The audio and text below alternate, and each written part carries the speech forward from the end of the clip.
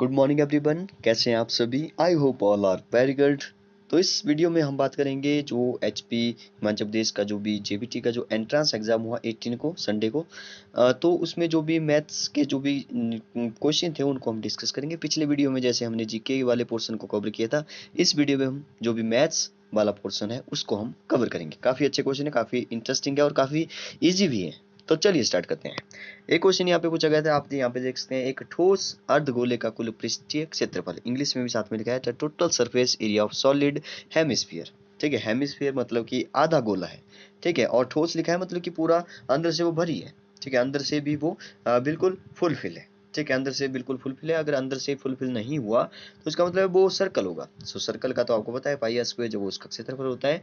तो यहाँ पे सर्कल का नहीं पूछ रहा है, ये पूछ रहा है किसका, ये पूछ रहा है गोले का। तो गोला है, तो गोला मैंने यहाँ पे बना दिया। तो गोले का जो पृष्ठीय क्षेत्रफल होता है तो वो होता है 4 पाई आर स्क्वायर। ठीक है, गोले का पृष्ठीय क्षेत्रफल कितना होता है, 4 पाई आर स्क्वायर। अगर मैं इसको बीच में से काट दूं, क्योंकि ये अर्धगोला है, हेमिस्फीयर है, तो बीच में से बिल्कुल मैंने काट दिया। यहाँ जैसे इसका सेंटर होगा, सेंटर से होता हुआ जो है ऐसे मैंने इसको काटा। अगर मैंने इसको दो टुकड़े कर दिए तो इसका जो भी क्षेत्रफल होगा वो भी हाफ हो जाएगा, वो भी इसका हाफ हो जाएगा। तो 4 पाई आर स्क्वेयर का हाफ कितना हो जाएगा, 2 से 4 कैंसिल हो गया, 2 पाई आर स्क्वेयर। तो 2 पाई आर स्क्वेयर जो वो इसका आंसर नहीं आएगा। कुछ बच्चे जो वो यहाँ तक करते हैं 2 पाई आर स्क्वेयर जो वो इसका आंसर यहाँ पे 4 पर टिक कर देंगे, गलत है। क्यों कि देखिए कैसे, जैसे मैंने इसको, क्योंकि ये ठोस अर्धगोला है, ठीक है, सॉलिड है, तो यहाँ से जैसे मैंने इसको काटा तो ये कुछ इस तरह से दिखने वाला है, कुछ इस तरह से दिखने वाला है। और ए वाला जो कुछ इस तरह से मैं यहाँ पे बना देता हूँ, कुछ इस तरह से दिखेगा। और ए वाला जो पोर्शन यहाँ पे आपको दिख रहा होगा, ए भी तो सॉलिड होगा। अब इसने टोटल सरफेस एरिया निकालना है, तो ए तो आपने निकाल लिया, ठीक है, 2 बाई आर स्क्वायर। जो काटा था वो तो आपने नहीं बताया वो कितना निकला, तो वो भी तो पाई आर स्क्वायर होगा, वो भी तो पाई आर स्क्वायर होगा। तो इसका मतलब है टोटल कितना आ गया, 3 पाई आर स्क्वायर आ गया। 2 पाई आर स्क्वायर में जो वो 1 पाई आर स्क्वायर और प्लस कर दो, क्योंकि नीचे भी तो पाई आर स्क्वायर है। ठीक है, तो इसका आंसर हो जाएगा 3 पाई आर स्क्वायर। नेक्स्ट क्वेश्चन पे चलते हैं। नेक्स्ट क्वेश्चन है यहाँ पे 52। अच्छा, इसके ऑप्शन शायद यहाँ पे पूरे गिवन नहीं है, चलिए कोई बात नहीं, हम जो वो क्वेश्चन को सॉल्व करेंगे समझेंगे इसको, बाकी ऑप्शन की जरूरत नहीं है, हम लोग आंसर बताएंगे इसका डायरेक्ट। तो यहाँ पे लिखा है a square plus b square minus a B upon a cube plus b cube. एक क्वेश्चन कई बार मैंने देखा है एग्जाम में, तो ये काफी अच्छा क्वेश्चन है। एक फार्मूले से बना, जैसे आपको पता होगा ए क्यूब प्लस बी क्यूब का जो फार्मूला होता है वो होता है ए प्लस बी, और साथ में होता है a square plus b square, और साथ में होता है minus a B, minus 2ab नहीं, माइनस ए बी। ठीक है, माइनस 2ab होता है तो ए माइनस बी, ए माइनस बी का होल स्क्वायर का फार्मूला बन जाता है। ठीक है, लेकिन यहाँ पे ए बी है। ठीक है, तो यहाँ पे इसने देखिए क्या पूछा है, इसने पूछा a square plus b square minus a b, मतलब कि ए तो है इसके पास, और अपॉन में क्या है, अपॉन में ए है। तो इसको मैं अगर इसके अपॉन में ले जाता हूँ तो ए तो बन जाएगा इस साइड, लेकिन यहाँ पे मल्टीप्लाई हो रहा है, दूसरी साइड जाके डिवाइड हो जाएगा। तो मतलब कि इसकी वैल्यू जो वो यहाँ पे 1 अपॉन ए प्लस बी आ जाएगी। तो 1 अपॉन ए प्लस बी जो वो इसकी वैल्यू आ जाएगी, या इसको मैं 1 अपॉन ए प्लस 1 अपॉन बी ऐसे भी लिख सकता हूँ। 1 अपॉन ए प्लस बी जो वो इसका आंसर आ जाएगा। ठीक है, आप चेक कर सकते हैं आंसर, ऑप्शन में चेक कर सकते हैं कहाँ जैसे ये मिलेगा। नेक्स्ट पे चलते हैं। नेक्स्ट क्वेश्चन है यहाँ पे HCF ज्ञात करना है। तो HCF निकालने के भी आपके पास कई सारे मेथड है। ठीक है, या तो आप अकेले अकेले का जो वो ऐसे निकाल सकते हैं। ठीक है, अभाज्य गुणों प्राइम फैक्टर जो वो निकालो अकेले अकेले के, 42 के निकालो, 91 के निकालो, ऐसे निकालो। या तो आप एलसीएम करके, या दूसरे जो भी मेथड है आपकी 10th क्लास में फर्स्ट ही जो वो आपको जो वो एक मेथड दिया गया है उससे आप कर सकते हैं डिवाइड करके। तो मैं इससे निकाल देता हूँ 63 से, मतलब कि अभाज्य गुणनखंड निकाल के चेक करते हैं। ठीक है, तो सबसे पहले तो 3 से जाएगा, यस 3 से तो जाएगा, 6 और 3 9 होते हैं क्योंकि। तो कितने 3 जा होता है 63, तो 2 3 जा होता है 6, और 3 1 जा 21, 3 जा आ गया। ठीक है, तो यहाँ पे और क्या आ रहा है, और आ रहा है यहाँ पे 3 से जाएगा, फिर से 3 7 आ गया, यहाँ पे 7 आ चुका है। ठीक है, यहाँ पे देखते हैं 42 है, तो 2 से तो जाएगा, ठीक है, 21 2 जा होता है, ठीक है, 3 से जाएगा, 7 3 जा होता है, तो यहाँ पर भी 7 आ गया, ठीक है, ओके। 91 है, तो 91 जो वो 7 से जाएगा, 13 7 जा होता है, तो यहाँ पे 13 और 7 आ गए।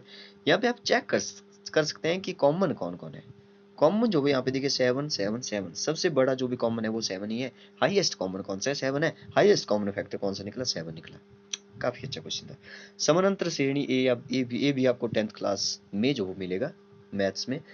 इसमें जो वो क्या होता है कि जैसे 2 है, फिर 4 आ गया, फिर 6 आ गया, तो इनके और इनके बीच का जो डिफरेंस है, हर एक के बीच का जो डिफरेंस है, वो जो वो कहलाता है सार्वभौमिक कॉमन डिफरेंस।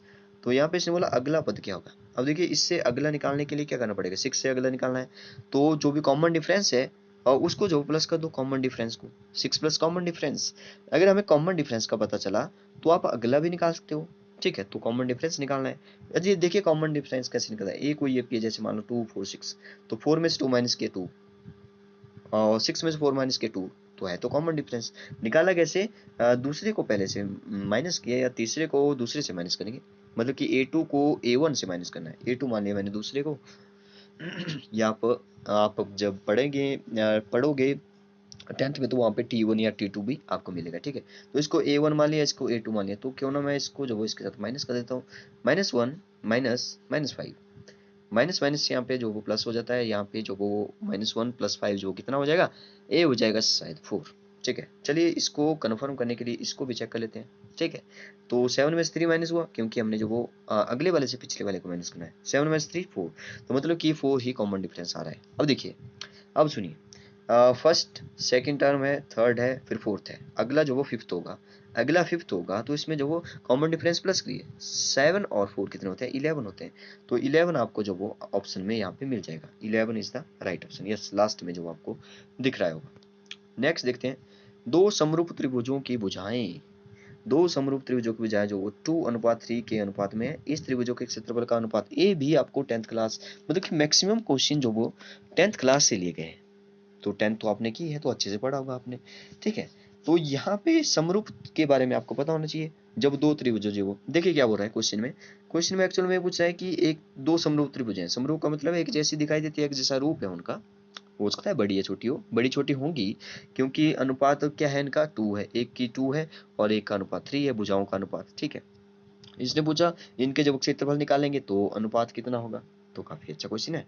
देखिए कैसे निकालेंगे इसको। सबसे पहले तो आपको पता होना चाहिए कि, चलिए मैं यहाँ पे मान लेता हूँ कि एक त्रिभुज ए है और एक मैंने थोड़ी सी बड़ी बना दी, क्योंकि समरूप है तो एक जैसी ही दिखाई देगी, ठीक है। तो एक को मान लिया मैंने ए बी सी, त्रिभुज ए बी सी तो इसको मान लिया मैंने ए ऊपर मान लिया मैंने, और बी यहाँ पे सी मान लिया, इसको मैंने पी मान लिया, इसको मैंने क्यू मान लिया, इसको मैंने पी क्यू आर मान लिया, ठीक है।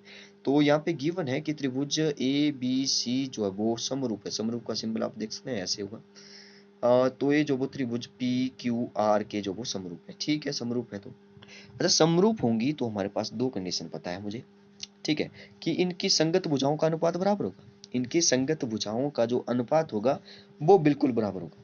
अगर संगत भुजाओं का जो अनुपात है वो बराबर होगा तो ये कुछ इस तरह से बनेगा, जो ए बी है जो इस साइड वाली है अपॉन इस साइड, ठीक है। मतलब कि A B upon P Q, A B upon P Q equal होंगे किसके, A C upon P R के, ठीक है। A C upon P R, A वाली और ए वाली, ठीक है, A C upon P R की इक्वल होगी, ठीक है। और एक बच के बी सी, तो B C upon Q R की इक्वल होगी, ठीक है। इतना मुझे पता है। अब एक और कंडीशन मुझे पता है कि उनकी जो संगत भुजाओं का अगर स्क्वायर किया जाए, जैसे मैं A B upon P Q का स्क्वायर करता हूँ, A B upon P Q का, अच्छा ए किसके इक्वल है, हमारे पास गिवन भी है, हमारे पास 4/9 गिवन है। तो यहाँ पे इक्वल टू में 4/9 मैंने नहीं लिखा, 4/9 में लिखूंगा क्योंकि ये गिवन है 4/9। हमारे जो, सॉरी 4/9 नहीं है, 2/3 है, सॉरी सॉरी सॉरी सॉरी 2/3 ठीक है। मैं फिर से बना देता हूँ एक बार।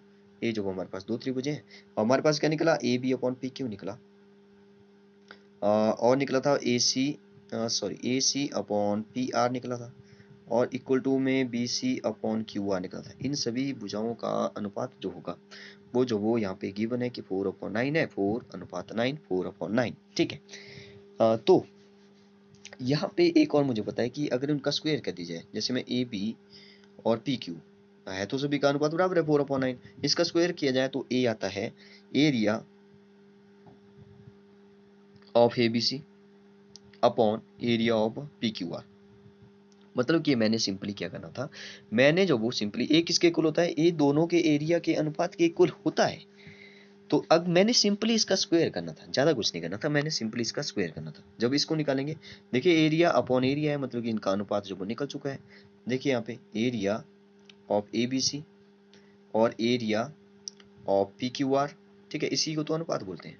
तो ए क्या निकला था, A B upon P Q का होल स्क्वायर, ठीक है। तो A B upon P Q क्या है, 4/9 है। 4/9, सॉरी 4/9 में बार बार बोल रहा हूँ, 4/9 नहीं है, 2/3 यहाँ पे गिवन है, देखिए 2/3 है, तो 2/3, तो 2/3 का स्क्वायर कितना हो जाएगा, 2 4 हो जाएगा, 3 9 हो जाएगा, 4/9 तो आंसर आएगा यार, 4/9 तो आंसर आएगा, तो B is the right option. Next देखिए, नेक्स्ट है 61। ए काफ़ी अच्छा क्वेश्चन है, और ए आपको जो वो छोटी क्लासेस में ही मिल जाएगा, 4th 5th की बुक में आपको मिल जाएगा। देखिए यहाँ पे क्या लिखा है, 1 1 1 1 1, कितनी टाइम्स से 1 है, 5 टाइम्स 1 है, उसका स्क्वायर जो क्या होगा। अगर आप इसको जो वो 1 2 3 4 5, 1 2 3 4 5 अगर ऐसे मल्टीप्लाई करोगे तो काफ़ी टाइम लग जाएगा। आपको जो वो एक पैटर्न पता होना चाहिए, एक लॉजिक पता होना चाहिए इसका। देखिए कैसे, अगर मैं यहाँ पे 1 का स्क्वायर करता हूँ तो 1 आता है। अगर मैं 1 1 का स्क्वायर करता हूँ, 11 का आपको पता होना चाहिए 1 2 1 आता है। अगर मैं 11 1 1 1 का स्क्वायर करता हूँ तो ए क्या आएगा, इसको आपने देखना है। अब देखिए यहाँ पे इन दो से ही आपको पैटर्न पता चल जाएगा। 1 का स्क्वायर 1 आया, 11 का स्क्वायर 1 2 1 आया, मतलब कि जब 2 टाइम्स 1 थे तो 2 से हमने पीछे को गए 1 तक गए, 2 बीच में रखा और पीछे को गए, इस साइड भी पीछे को गए, मतलब कि यहाँ पे 3 टाइम्स 1 है तो 3 को बीच में रखो और 2 1 और इस साइड भी 2 1, ठीक है। आई होप आप समझ गए होंगे। 1 2 3 4, इसका क्या होगा बताइएगा, 4 लिखेंगे बीच में, 3 2 1 और 3 2 1, ठीक है। अब चेक करते हैं, अब जो भी यहाँ पे कितने टाइम्स है, यहाँ पे जो वो 5 टाइम्स है तो 5 को बीच में रखें, 4 3 2 1, 4 3 2 1, तो यहाँ पे आपको ऑप्शन मिल जाएगा। यहाँ पे 4 तक है, यहाँ पे देखिए 5 बीच में लिखा है, 4 यहाँ पे लिखा है, तो गलत है। शायद आगे जो वो, हाँ यस, यहाँ पे मिल रहा है 5, देखिए 5 4 3 2 1, 5 4 3 2 1, ठीक है, तो D is the right option.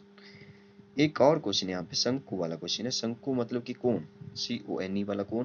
तो कोन जो वो कुछ इस तरह से होता है, कुछ इस तरह से होता है, ठीक है। यहाँ से अगर बीच में मैं ऐसे बना दूँ तो यहाँ पे आपको बताइए जो वो इसकी हाइट होती है, ये जो वो इसकी स्लैंट हाइट होती है, और यहाँ पे अगर मैं इसको ऐसे देखूँ तो यहाँ पे बीच में बन जाता है इसका ये जो बस एक समकोण त्रिभुज बन जाती है, एक राइट एंगल ट्राइंगल बन जाती है, जहाँ पे ये जो वो 90 डिग्री होगा, ठीक है। यहाँ से बीच में से मैंने इसको निकाल दिया।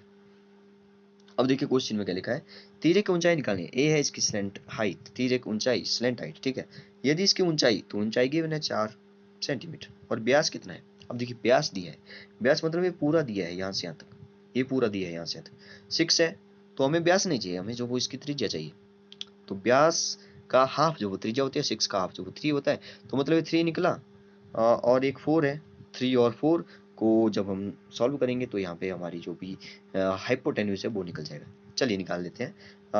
हमारे पास जो पाइथागोरस थ्योरम बोलती है कि कर्ण का वर्ग जो वो आधार के वर्ग और शीतलम के वर्ग के कुल होता है, तो आधार एक जो वो 4 है, एक जो वो 3 है, ठीक है। 4 4 जब होता है 16, 3 3 जब होता है 9, 16 और 9 होते हैं 25, तो 25 जो इसका सही आंसर हो जाएगा। आगे आपको ऑप्शन में शायद बी सी और डी में ऑप्शन मिल जाएगा, यहाँ पे थोड़ा सा कट गया है। नेक्स्ट क्वेश्चन देखिए, ए भी काफी अच्छा क्वेश्चन है। 1728, तो यहाँ पे आपको स्क्वायर के बारे में पता होना चाहिए, वर्ग के बारे में पता होना चाहिए। जैसे 81 आपको पता होगा कि 9 9 जा जो 81 होता है, तो 81 का जो भी अंडर रूट हो गया वो 9 हो गया। 343 का आपको पता होना चाहिए 7 होता है, 7 7 जा यस क्यूब रूट है।